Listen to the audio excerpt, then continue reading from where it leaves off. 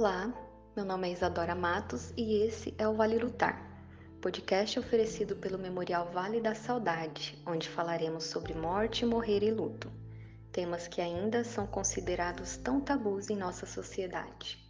Nosso papo será sempre de forma simples, buscando trazer informações e boas reflexões para o seu final de semana. Seja muito bem-vinda, seja muito bem-vindo. Pegue uma xícara de café ou de chá, separa o lencinho e vamos conversar.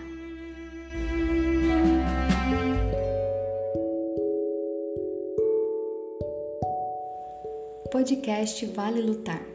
Aqui, morte, morrer e luto são assuntos naturais.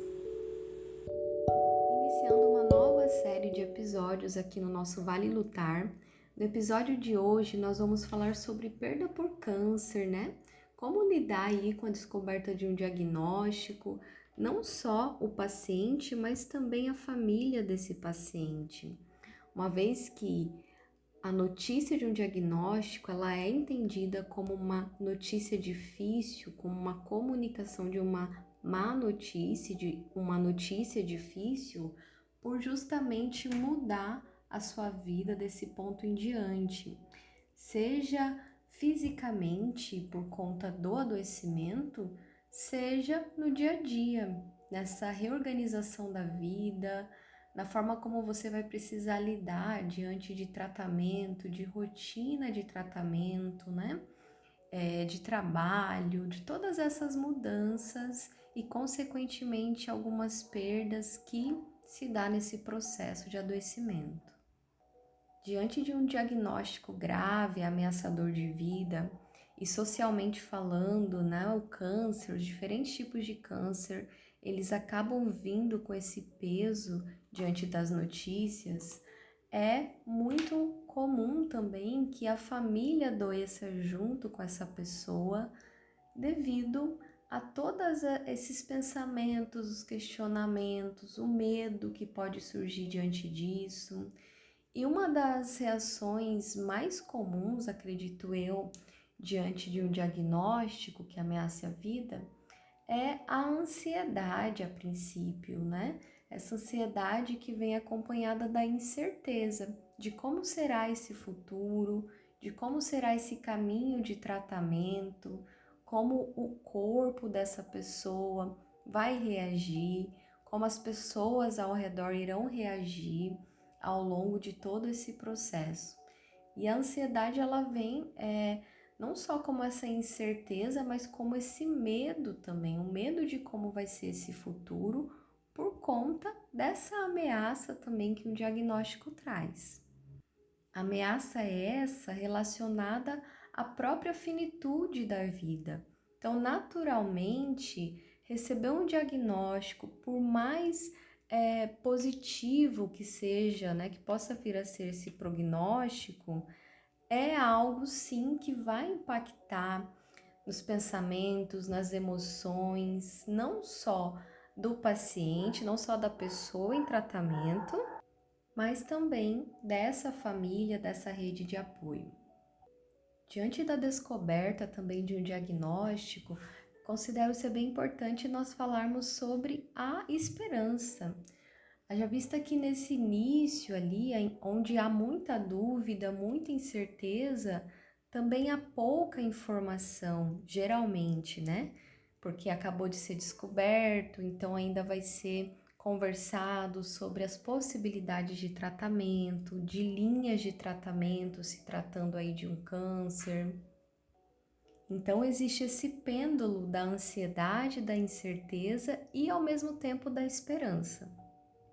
Então imagine aí que você vem caminhando num processo, numa jornada de vida e de uma forma repentina cai uma tempestade, né? Um tsunami aí na sua vida e agora, de agora em diante, você vai precisar reorganizar esse roteiro de vida, essa jornada da vida para que você possa passar por esse momento que chegou até você de uma forma incontrolável, de uma forma que não estava em nada no seu controle, né? Então, um diagnóstico, ele acontece no caso de um câncer, que existem diversos tipos de estudos sobre o quanto que ele é multifatorial, ele vem de uma forma totalmente aleatória na vida de qualquer pessoa.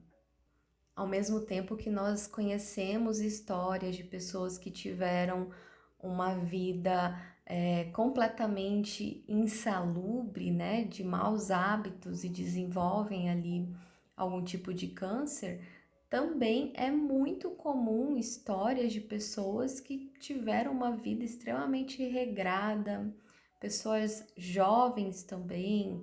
Eu mesmo conheci já vários casos assim ao longo do meu trabalho no hospital de adolescentes, né? Pessoas extremamente jovens, ativas, praticantes de atividades físicas, atletas com uma alimentação bem harmoniosa e que, infelizmente, acabava recebendo um diagnóstico ali de câncer.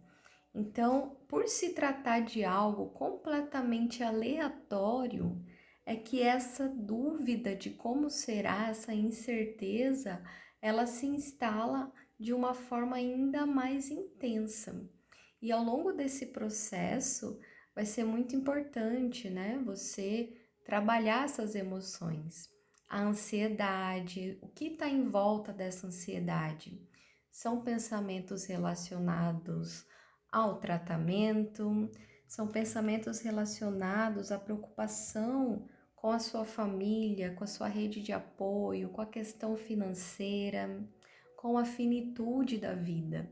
É importante que você identifique, tenha um tempo aí, né, para refletir após esse turbilhão mesmo diante da notícia, que você possa ter esse momento para você refletir sobre esses medos, sobre essas ansiedades que vêm surgindo no início desse processo. E eu digo isso tanto para uma pessoa que acabou de descobrir um diagnóstico em seu próprio corpo, quanto para um familiar, né? Você que possa ser aí um familiar, um amigo. Então, qual é o seu medo? Qual a sua ansiedade diante dessa mudança que a vida trouxe de uma forma tão inesperada? Outro ponto importante a pensar e refletir diante de um diagnóstico é sobre a reorganização de vida, né? É importante você, familiar, você, a pessoa com diagnóstico, estar ciente que mudanças acontecerão. E diante dessas mudanças, vai ser necessário e importante reorganizar formas de você manter aquilo que é importante para você, que te faz bem, seja a sua vida de trabalho produtiva, o que vai ser possível manter ao longo do tratamento, seja também na sua vida familiar, em casa, as funções e papéis que você ocupa, como vai ser possível reorganizar isso para que você mantenha o maior, né, de autonomia, o maior daquilo que está na sua essência.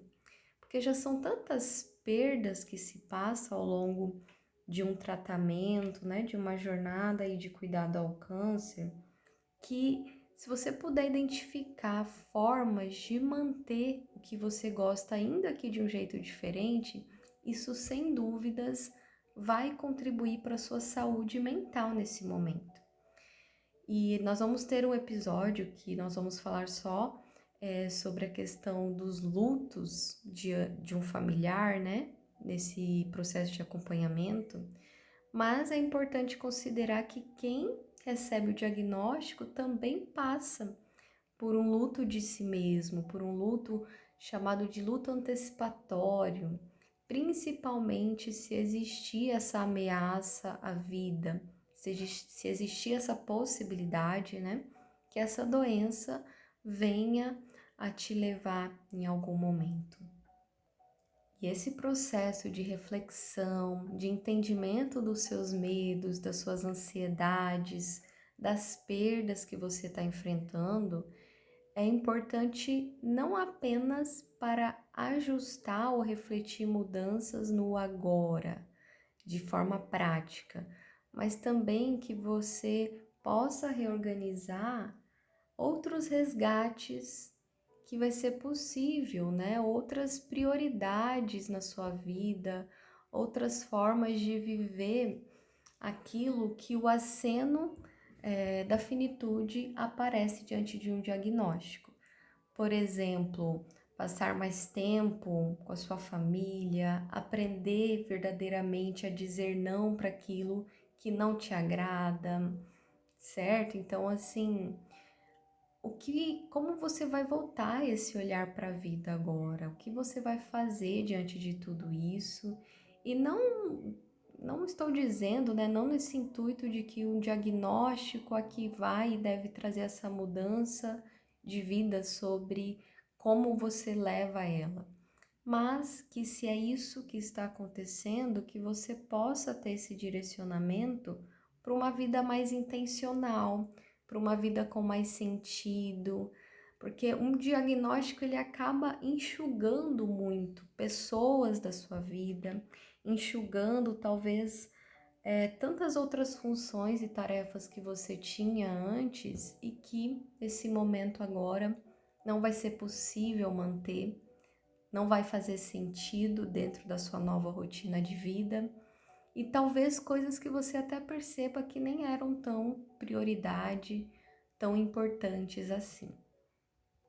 E isso, claro, serve tanto para quem está passando por esse processo de adoecimento no seu próprio corpo, quanto para quem está acompanhando, né? Para você aí que é um familiar, que é um amigo, uma amiga.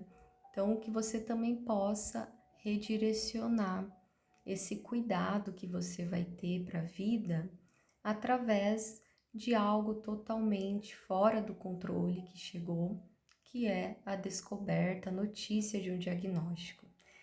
E te espero ao longo aí da nossa jornada, falando sobre lutos pela perda por câncer na nossa série desse mês de fevereiro.